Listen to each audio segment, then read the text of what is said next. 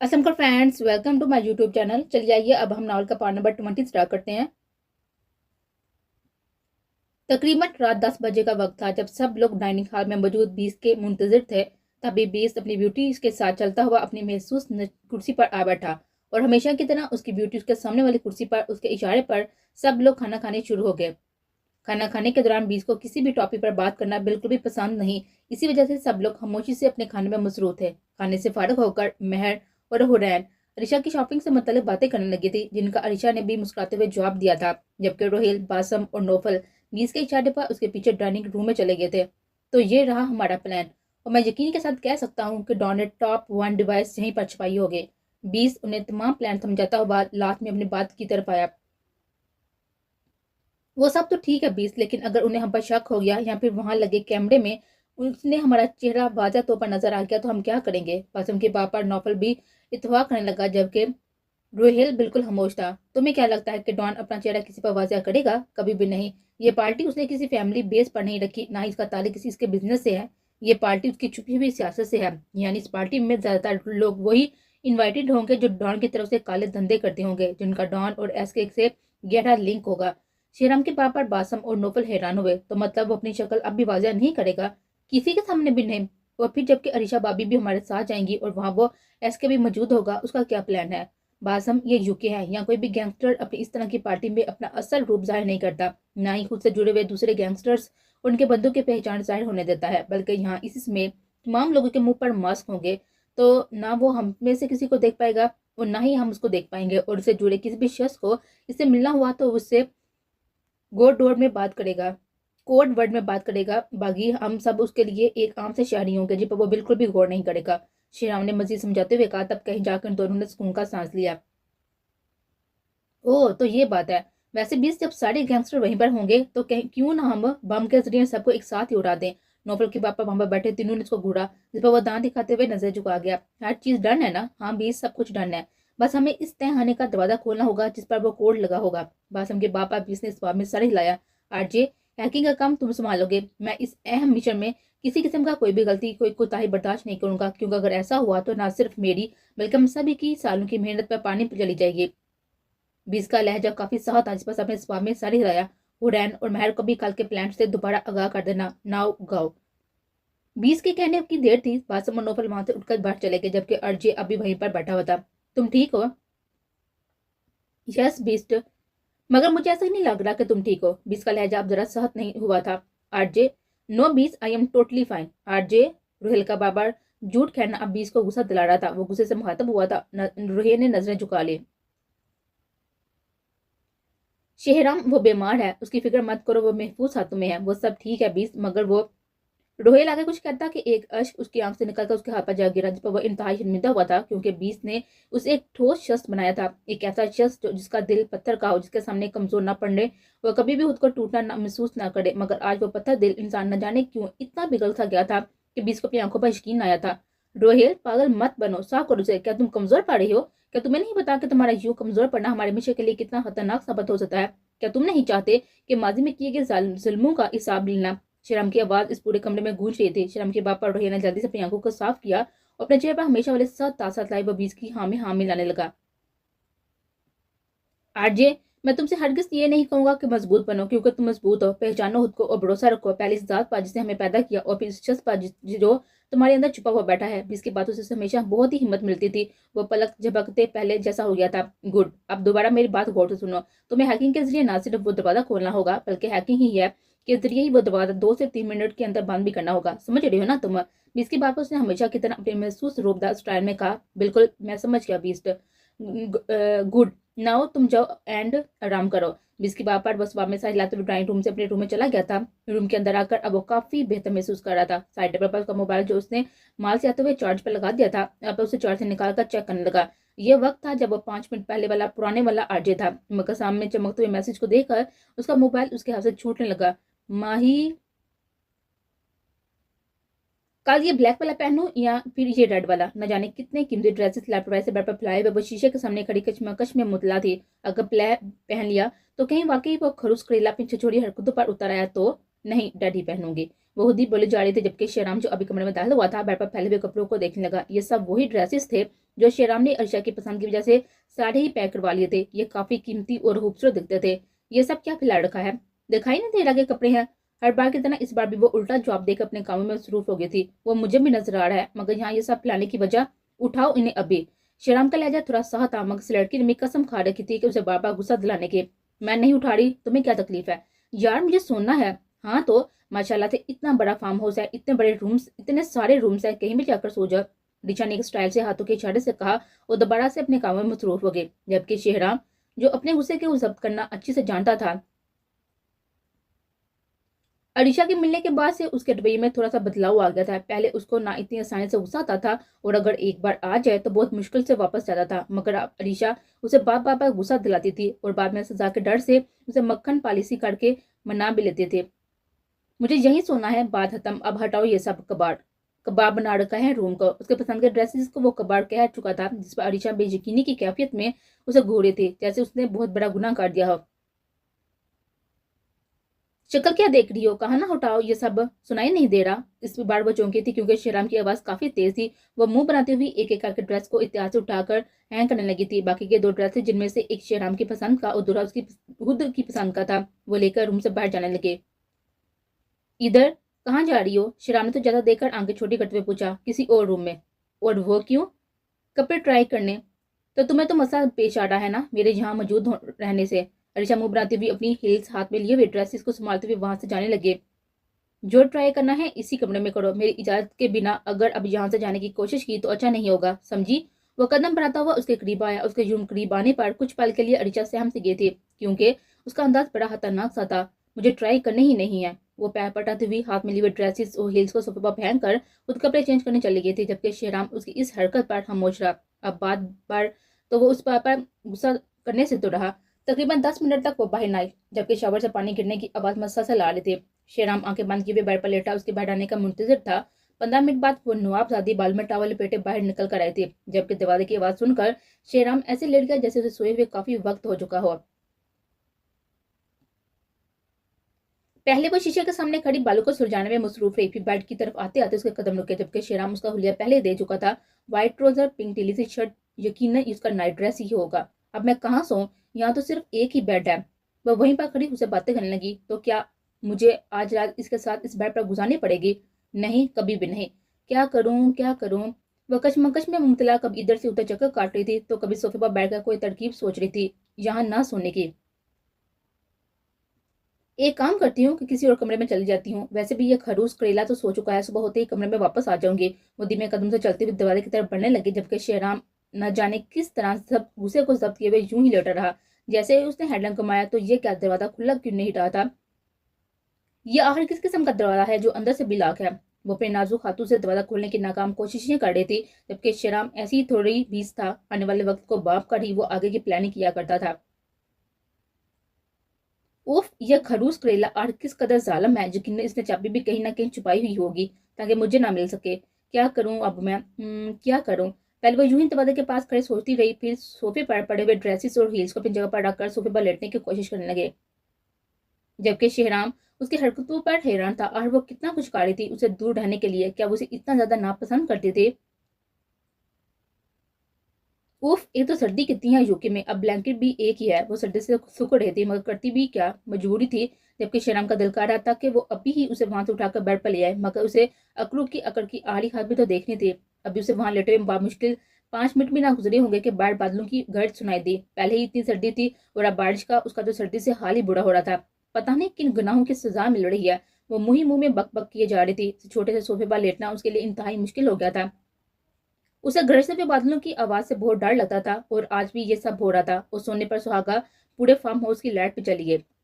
या अल्लाह, प्लीज मैं आज के बाद किसी मुलाजिम पर नहीं चलाऊंगी, किसी को ब्रांडेड नहीं गिनवाऊंगी, और ड्राइवर अंकल पर गुस्सा भी नहीं करूंगी, पक्का प्रॉमिस। प्लीज मुझ पर यह जुल्म ना करें, प्लीज लाइट खोल दें। इस अंधेरे वीरान कमरे में उसकी बड़ी सी डरी सहमी सी आवाजें पूरे कमरे में गूंज रही थी। पहले तो शिराम ने सोचा कि वो मुलाजिम को कॉल करके लाइट जाने की वजह पूछे, फिर सोचा क्यों ना अरीशा को थोड़ा और डराया जाए। काफी देर तक उसकी धीमी धीमी आवाजें यूं ही कमरे में गूंजती रही, मगर फिर अचानक ही उसकी आवाजें आना बंद हो गई। शेहराम अब बिस्तर से उठ चुका था और उस मोबाइल की टॉर्च चलाई और सोफे की तरफ बढ़ने लगा। और ये बात बहुत अच्छी तरह जानता था कि अरीशा को किन चीजों से डर लगता है, मगर फिर भी उसे बचाने के बजाय उल्टा उसी की कमजोरी से लुत्फ अंदोज हुआ करता था। अरीशा, शेहनाम अब सोफे के बिल्कुल करीब था, जबकि अरीशा के वजूद से कोई हरकत ना हुई थी। क्या तुम सो चुकी हो? दोबारा जवाब ना पाकर शेहनाम उसके माथे पर हाथ रखा, मगर ये क्या, उसका वजूद ठंड पड़ चुका था। अरीशा, आंखें खोलो। वो अरीशा का गाल थपथपाते हुए उसे होश में लाने की कोशिश कर रहा था, मगर वो बिल्कुल बेजान शय की तरह पड़ी हुई थी। Oh shit! श्रीराम ने जल्दी से मोबाइल में कॉल मिलाई और मुख्तसर सी बात करके फोन बंद कर दिया। अब वो जमीन पर बैठा हुआ अरीशा के हाथों को मसलसल हिला रहा था। शायद उसे होश आ जाए, या उसे होश तो ना आया, मगर लाइट जरूर आ गई, जो अचानक तूफानी बारिश के बाद अक्सर लाइट जाना आम सी बात थी। जान अब उसके लिए काफी परेशान दिखाई दे रहा था। उसका चेहरा बिल्कुल नीला पड़ चुका था। जान, मेरी जान, प्लीज आंखें खोलो। शेहराम ने फिर से उसका गाल थपथपाया, तभी उसने हल्की सी आंखें खोलकर उसको देखा। शेहराम, जी जी मेरी जान, मैं यहीं पर हूँ तुम्हारे पास। शेहराम से गोद में उठाए बेड पर ले आया, जबकि अरीशा ने शेहराम की शर्ट को मजबूती से थामा हुआ था, जैसे उसे बहुत ज्यादा डर महसूस हो रहा हो। मगर शेहराम के पैरों तले जमीन तो तब निकली जब इस बार उसने शेहराम की वजह हारून का नाम लिया था। हारून? उसके सीने पर लगी हुई मसलसल हारून का नाम लिए जा रही थी, मगर वो होश में नहीं थी। शायद यही वजह थी जो शेहराम अब तक खामोशी इख्तियार किए हुए था, वरना उसका गुस्सा तो साथ में आसमान पर पहुंच जाता। कुछ देर बाद वह यूं ही उसके सीने से लगी कामती रही, मगर फिर उसे हार्टलेस इंसान की नींदें हराम करके वो खुद नींद की वादी में गुम हो गए थे। तुमने मेरी गैर मौजूदगी में का नाजायज फायदा उठाया, मैं तुम्हारा हश्र नश्र करूंगा। वो चेहरे के साथ साथ लिए गुस्सा जब्त करने की कोशिश कर रहा था, मगर ये उसका हाल हरगिज ना था। मगर उसने सोच लिया था अब या तो हारून रहेगा या फिर वो खुद।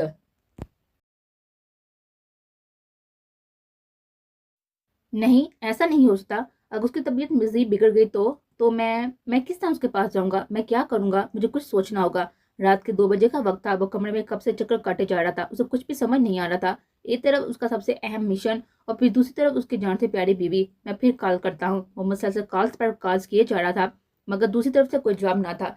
फिर कुछ सोचकर उसने मुलाजिम को कॉल की, जिसने उन्होंने फौरन ही रिसीव कर ली। अस्सलाम वालेकुम चाचा, माई की तबीयत कैसी है? कहाँ है वो? क्या वो सो रही है? रोहित का लहजा थोड़ा सख्त मगर इंतहा का फिक्रमंदाना था। वालेकुम सलाम बेटा, माही बीबी आराम कर रही है और अब उनकी तबीयत पहले से बेहतर है। डॉक्टर ने क्या बताया?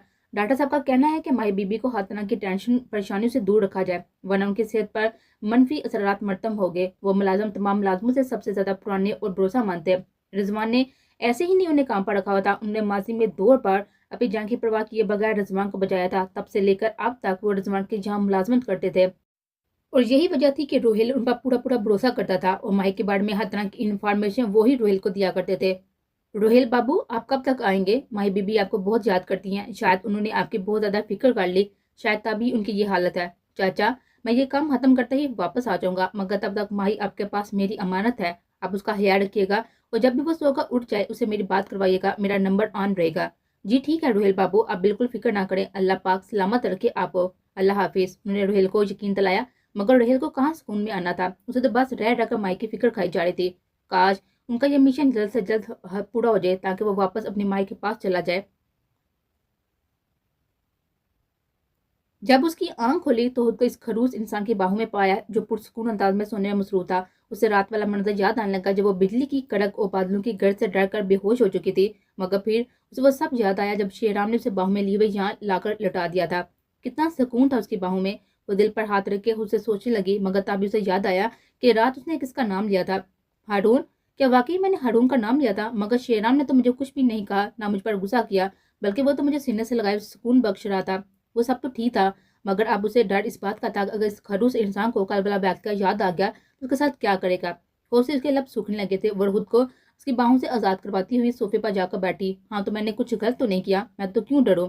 खुद ही कहती हुई वो खुद को हिम्मत दिला रही थी, ताकि उसके उठने से पहले पहले वो अपना ये डर भगा सके। तकरीबन सुबह के 12:30 बज रहे थे, मगर वो अब तक सो रहा था। उफ, इतनी तेज भूख लगी हुई है।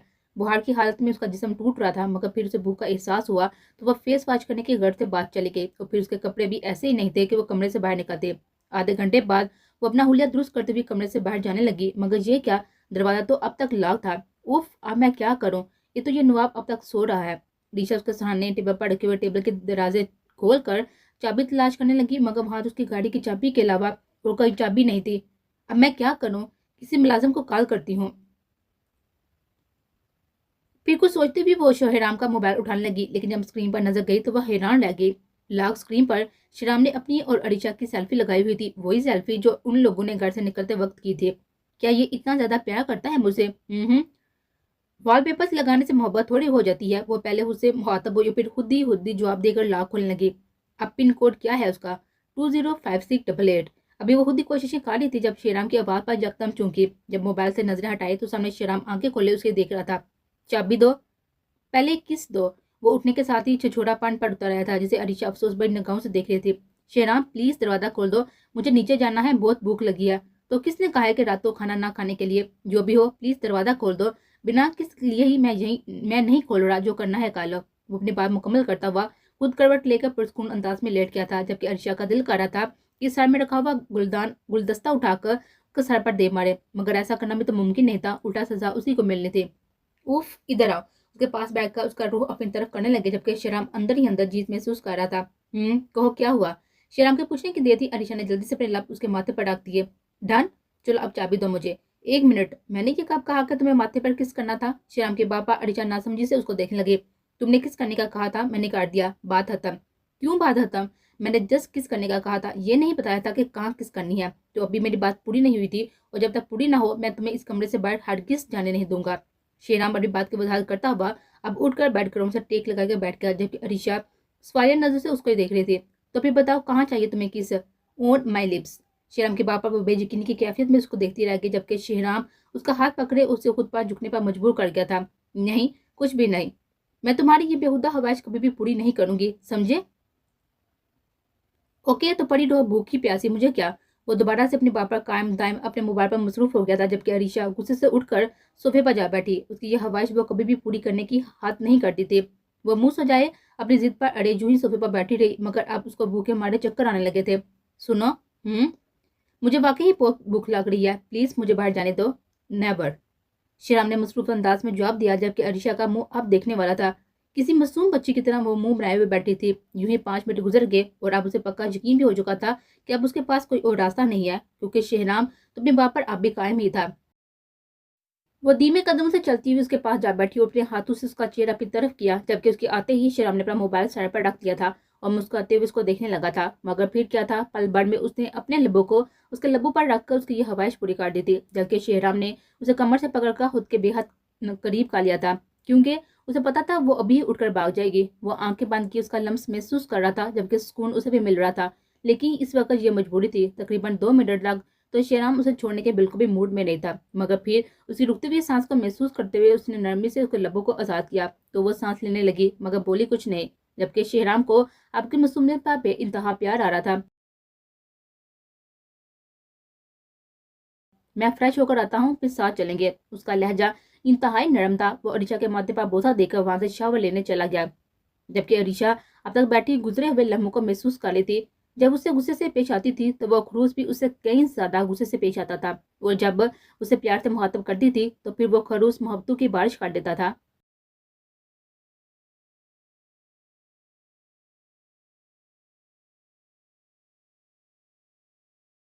हेलो रोहेल। माही मेरी जान, कैसी हो आप? तबीयत कैसी है? मैं ठीक हूँ रोहेल, प्लीज मेरे पास आ जाएं, प्लीज। वो लोग आपको कुछ कर देंगे, आप क्यों नहीं समझ रहे? प्लीज मेरे पास वापस आ जाएं।